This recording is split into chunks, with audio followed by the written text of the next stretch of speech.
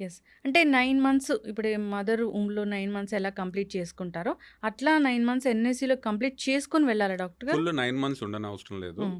వాళ్ళకి బ్రీతింగ్ హ్మ్. జనరల్‌గా 34-36 వీక్స్ మధ్యలో ఇంటికెళ్తారు బేబీస్. హ్మ్. వాళ్ళకి బ్రీతింగ్ వాళ్ళంతట వాళ్ళు బ్రీత్ తీసుకోవాలి. వాళ్ళంతట వాళ్ళు నోటి ద్వారా మదర్ ఫీడ్ తాగాలి. హ్మ్. అండ్ వెయిట్ గెయిన్ కరెక్ట్ ఉంటే అప్పుడు ఇంటికి పంపుతాం. ఓకే. అరౌండ్ 1.6 కిలోస్ హ్మ్.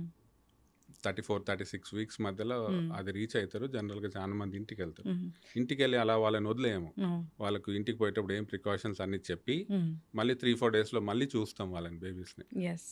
అయితే డాక్టర్ గారు, ఇప్పుడు ఈ ఎన్‌ఐసీయూ అనేది ప్రతి బేబీకి అవసరమా?